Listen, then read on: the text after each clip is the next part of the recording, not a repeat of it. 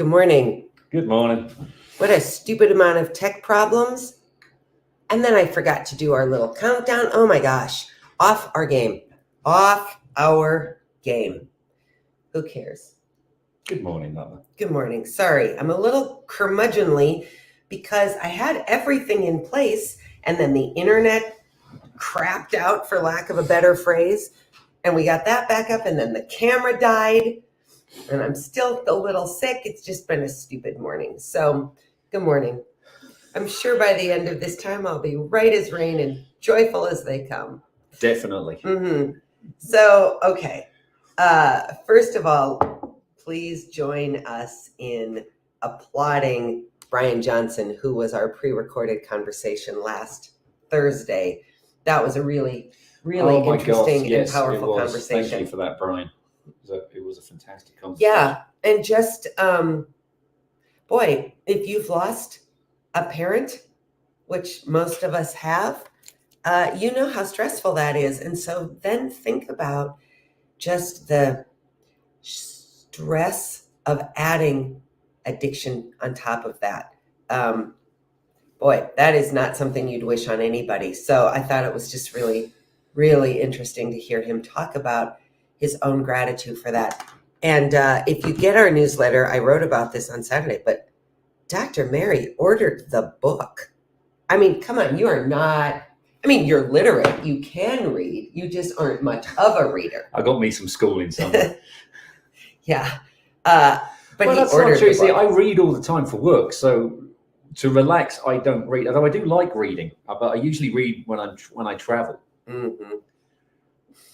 You know, on our trip for spring break, I did not watch an in-flight movie. I read a book. So you're welcome. Yes, and if a very old friend of mine, Scott Johnson, is watching, he once in 1990 accused me of destroying literature because I'd rather watch a movie than the book the film was based on. So yeah, I'm not saying I don't love a good Jane Austen film adaptation, but I'm going to pick the book over the movie every single time. Okay, so one of the many differences between us. Yes. All right, we're talking today about, does it matter where your alcoholism comes from?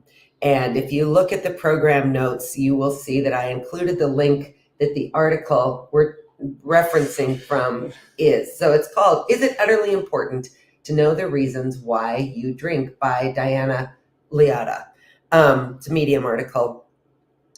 And one of the reasons that I was struck by this is because I think I had a lot of curiosity when you first got sober about, well, when did this start and why did it start and how did it start? And some of that, I think, is just pure curiosity. I think some of it is a way that we work to distance ourselves from addicts. Because if Maz could have said, well, I started drinking when I was 12, I could have said, well, I didn't. Or, well, my parents are alcoholics. I could have said, well, mine aren't. Yeah, neither of my parents. Neither of his parents are alcoholics. He didn't start drinking at 12. Well, I had a super traumatic experience and that's how I coped with it. I didn't. I mean, I think there are lots of ways to try to reassure ourselves that, well, that won't happen to me. And I think that's some of the curiosity. So let's just answer for the audience. Another part of it is, if you can understand the root cause of something, it's part of a treatment plan. It's to identify what triggered you. It's good to know a trigger. I have no idea what mine was. Certainly, we've had some bad, it hasn't been roses the last 5 years. I mean, we lost the pup, which a lot of people thought would spiral me down into another pit. Give me a break, people. Which it didn't. It was just quite a sad day. Yes.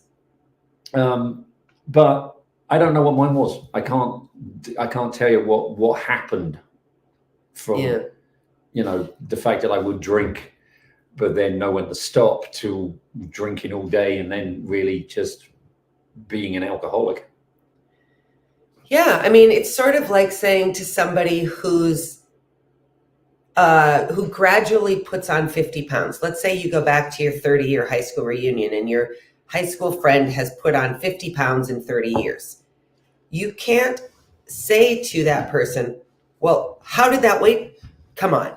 Because they didn't put on 50 pounds in the last 6 months. Sometimes people put on that kind of weight, again, because of stress, because of a traumatic experience, because of a hospitalization, whatever it is. Sometimes people know where weight comes from, but most often weight is just a gradual thing. Or I think about, so I have this recurring chronic neck problem. Actually, this is sort of an interesting thing because my granddad, I think, had a terrible neck. My mom kind of has a crummy neck. I have a pretty debilitating neck problem. So it's okay like this, but I can't do much of this. And I went to see a physical therapist, I don't know, before one of our last big floods. So maybe 2009, 2011. And he said to me, do you have any neck pain? And I said, no, because I thought I was going to see him for my lower back. And he said, well, turn your head to the right. So I did. And he said, no, turn your head to the right. I said, I am. And he said, and you don't think you have neck pain? He said, your neck is like 30% of where it should be able to move for a healthy person your age who's not been in any traumatic accidents. It happened so gradually, I sort of didn't know it was happening. And I can't say to you, oh, I know exactly how this began. I have no idea. So the reason that I brought up my granddad and my mom is because this article is really about what's the biological likelihood of becoming an alcoholic, and then what's sort of just the environmental likelihood of becoming an alcoholic. So, in almost every obvious genetic way, I don't actually favor my mom's side of the family. So I wouldn't tend to think, well, my granddad had a bad neck, my mom has a bad neck, I'm going to have a bad neck. But there is something to that. All three of us did have crummy necks. So I don't know. What do you want to say about this? Well, this article goes on to say 2 points here that I want to bring up quick because we don't have a lot of time. Alcoholism isn't a learned behavior on its own, but perhaps you learn in response to your environment. But behaviors you learn in response to your environment can affect your risk of becoming an alcoholic, which is absolutely true. Can I just read that again? Because I got tripped up in the middle. Alcoholism isn't a learned behavior on its own, but behaviors you learn in response to your environment can affect your risk. So what does that mean to you? It's a coping mechanism. It's like everyone we've ever interviewed, everyone I've ever talked to since I've started treatment, they drank alcohol to fit in. Everyone says that. It makes you feel better temporarily. There's no denying it. Another statement here is if you grow up around parents who abuse alcohol, then you are 4 times more likely to develop alcoholism later in life. So, did you have more to say to that? Yeah, neither of my parents drank. Okay. And I'm an alcoholic. Okay. So you do come from a history of alcoholism, however. There were grandparents and uncles and aunts and things like that. And there is there a genetic basis for alcohol? Well, if you can't really say that to a scientist. It's like with this. Like, do you believe in evolution? Yeah, well, you can't. I do, by the way. It's not. You can't. No one believes in evolution because it's not a belief. I do. Genes govern everything. So there isn't one gene that governs alcohol. There are many. And I was just looking through this. I didn't have time to read into it. There's about 12 genes or receptors for a gene. So the gene could work, but there's a thing on your cell that doesn't work. Oh, like everybody's got cancer genes, but receptors don't turn on for everybody. Yes. Look at that. And you can have every gene that makes you susceptible to cancer that science knows, and you still might not get cancer. Yes, because your receptor does. It's like the yes/no on your. All of this, all that 23andMe stuff. It's all a risk assessment if you do it for medical purposes. Mm. And as my doctor has in his office, there's a little thing on his wall that says, please don't confuse your 10-minute Google search with my medical degree. That's fair.